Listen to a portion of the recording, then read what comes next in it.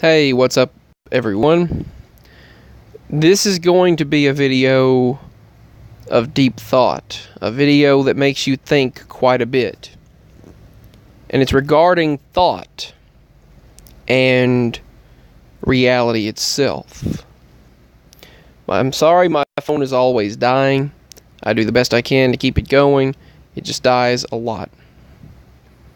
So, I saw this show on the Science Network, on Sling TV, on science. And it was talking about thought. And it got me to thinking. So, you know how the universe, supposedly, the majority of the time follows a set of laws and principles. Predetermined, if you will. Not always. There are things that we're discovering in physics that go beyond the realm of what we thought we understood. But then there are things that we are pretty set on, that they are pretty set and they are pretty determined that is the way it is. But what if it's not all what we think? What if, now, when you have a thought, many times you think it's your own, right? You think, well, right now, what I'm doing, I'm talking. And every thought that goes into me talking and stating what I'm stating, each motor neuron that's transmitting those electrical impulses in my mind to create the thought and the movements that I'm making right now is all a flow of energy and electrical impulses, right? Yes, it is. But when conducting studies in the past, basically kind of falsifying neurotransmitters in the brain, scientists and surgeons cut a hole in subjects' brains and were testing, using these people as test subjects. And they discovered that when you shock with electrical impulses to certain parts of an exposed brain, they took the skull off surgically, part of it, and started putting 3.4 volts of electricity to this person's brain, and discovered that whenever you put certain voltages on certain parts of the brain, it causes the subject to do certain things, like lift their leg. The tiny spot of the brain will cause them to move their toes, move their fingers in certain directions. And I'm even doing it as I'm talking. But suddenly, sometimes I've noticed that I will suddenly do sudden jolts and movements, or will jerk for no reason, or jolt for no reason. Could that be caused by electromagnetic frequencies that are surrounding us? Not the natural kind, but the human-made kinds? Could that be frequencies of 5G? Who knows? But it was proven that they could control the mind. Thus, thought and free will is not always your own, which is a scary thought in and of itself, because we know that we can manipulate reality and mind over matter. I've done it myself. But when doing so, isn't the energy already allowed to be in place to let it happen? But not always. So, when you think about it, then how would I have been able to do such strange things throughout my life and cause such strange things to happen if everything is predetermined? Now, I don't believe everything is predetermined, but then again, how is prophecy always coming true that was written long ago? And the Bible always stating, and various prophecies throughout history always stating, then I saw this, and then I saw that, then I saw this, and then I saw that. And then a lot of the books in the Bible will say, then they saw this, and then they saw that. And like, you're thinking, well, where they see it, did they actually travel there? Astral projection and travel there? Did God let them travel there? Did they travel to this point and actually see it? And I've defined time many times. An abstract concept used to define the linear, used to define the flow, the linear progression of existence, the flow of existence from point to point. An abstract concept used to define the linear progression of existence from point to point. That's what time is for me. That's my definition that I've made of time for many years now. But are all of our thoughts our own? Are they all constructs of our own mind? Are they all confined within our mind, created from moment to moment? Or is sometimes something predetermined? Or is sometimes a thought forced upon us? If they could do that with technology, then think of the ramifications of what they could use technology for now. For example, a science article, and Reuters News, I believe, also reported on it last year. They were testing in a lab, testing on mice and rats, thought control and false memories. And what they did was they took these test subjects, these test animals, and implanted a memory, and basically beamed a memory using electromagnetic frequency into, and I'm sorry if the sound doesn't pick up as well, I'm using the earbuds themselves, I'm not using that microphone, I laid it somewhere and I can't remember where I put it, but they actually used a frequency and beamed a false memory into the mouse's brain. There was one mouse that had been in a mouse trap. And they took that memory and electromagnetically, but using a frequency, transferred a memory, a false memory now, to this other mouse, to this other mouse's brain. So that every time, and it was successful, the experiment turned out to be successful.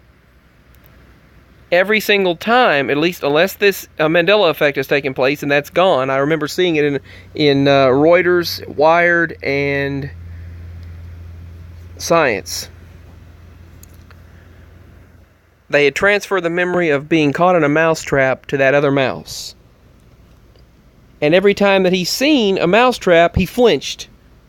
And every time they would beam that memory to him, he flinched, proving that the experiment was successful, and they actually implanted a false memory into a test subject's brain by beaming that false memory into there, creating false trauma in the test subject's brain. Those are some scary thoughts. Those are some very scary and deep thoughts.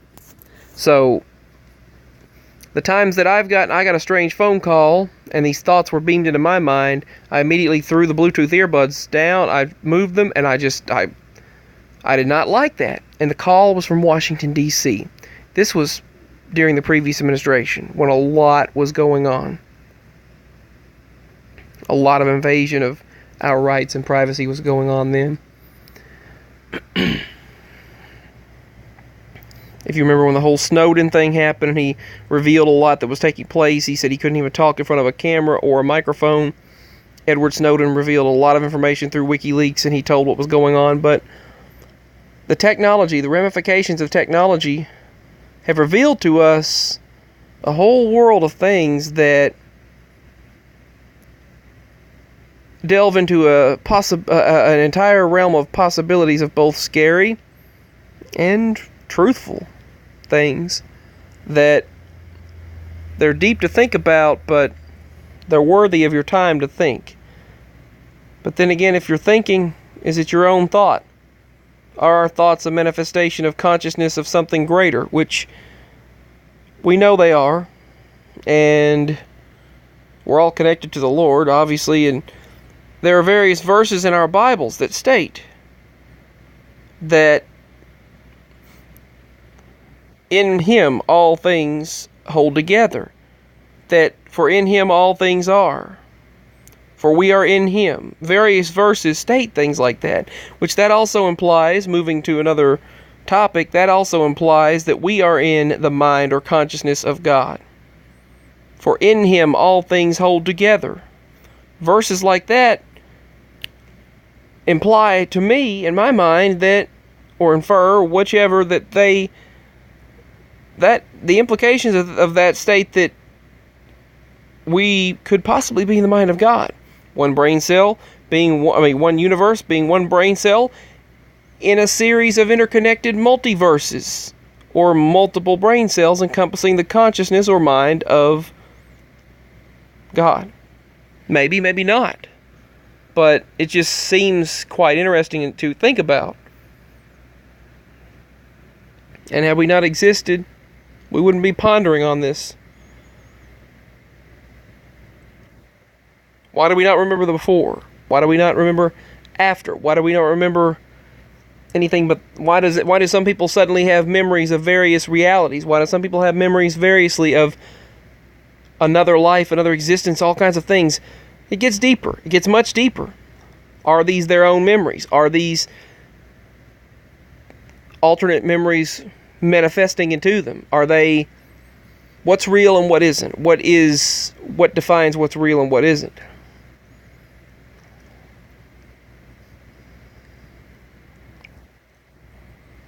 I mean, think about it. Think about it.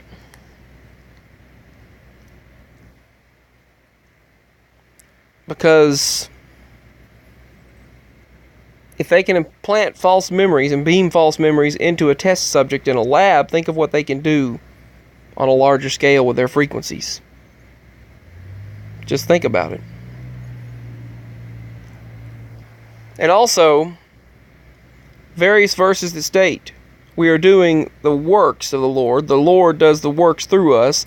Light and dark side does the works through humans. Well, if they're doing it through them, does that mean that the manifestation of consciousness at that moment, the thought and the movement that you do to create a butterfly effect when you do a kind deed, is the higher consciousness, God, working through you at that moment to cause you to do that act, implying that that act is being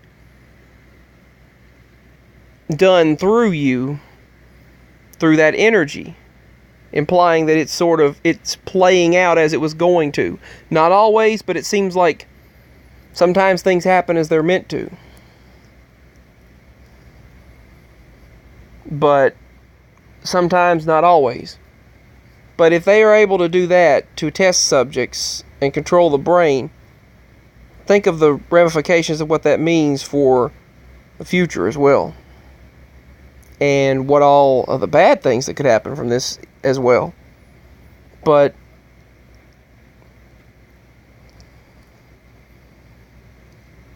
when people are doing deeds, good deeds,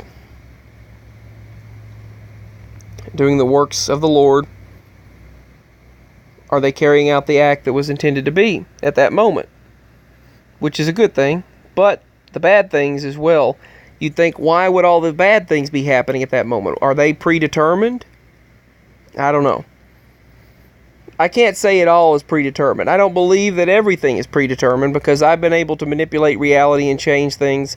I just thought it was an interesting thought that certain things could be. And I've had visions. I remember as a child, I was out on the swing set, and my granny was going to fall in the house. And I suddenly blacked out, and I had this vision of her falling at the counter, the snack bar, falling to the right, or falling to her left. And I seen it, envisioned it, and she fell down. And I thought, oh no. I jumped up to run in there to Granny, thinking I would be able to grab her and stop her from falling. And as I walked into the door, what I had envisioned in my mind and seen just happened. She just fell, looked up at me, and then she fell because I walked in the door. Sort of like a That's So Raven situation. Your vision that you're seeing, you try to stop it, but then you wind up causing the vision to happen, or it winds up happening anyway. So when you're envisioning something, you have a vision of something, then because of that vision, I got up and ran into the house, opened the door, and then I seen the vision take place. And she fell. So what I had seen 30 seconds earlier just transpired. I remember one time that my granny had fallen and my mama was in town and I was with her, and I thought, and I got her up and I scooted under this pillow, and I somehow or other picked her up at 6 years old, and it was impossible for me to have done that, but she said that Pa was helping lift her. Her husband, which was my mama's daddy, my pa, she said the spirit of him was helping lift her and pull her up and then scoot her into that chair when I helped lift her. I don't know how all that happened, but all these things, it's like they're in place and they happen. Are our thoughts always ours, is the question for this video. Are all of your thoughts your own? Give me your thoughts below. Just an interesting topic. I seen this subject quickly on Science and I decided to talk about it. So I do believe that we can do strange things. We can manipulate reality. And I've done it myself. I know that it's possible. Especially when you're stressed or really, really frustrated, or someone really gets you frustrated. But sometimes when you focus hard enough, even when you're positive, things can happen. And sometimes thoughts that feel like they're not your own come through. So that's what I'm wondering. Are all of our thoughts our own? Or something else sometimes manipulating and coming through and controlling us? Just think about it. Just a thought of the moment. Are all of our thoughts our own? Are all of your thoughts your own? Sometimes they are. Maybe sometimes they're not. I don't know. Just a thought.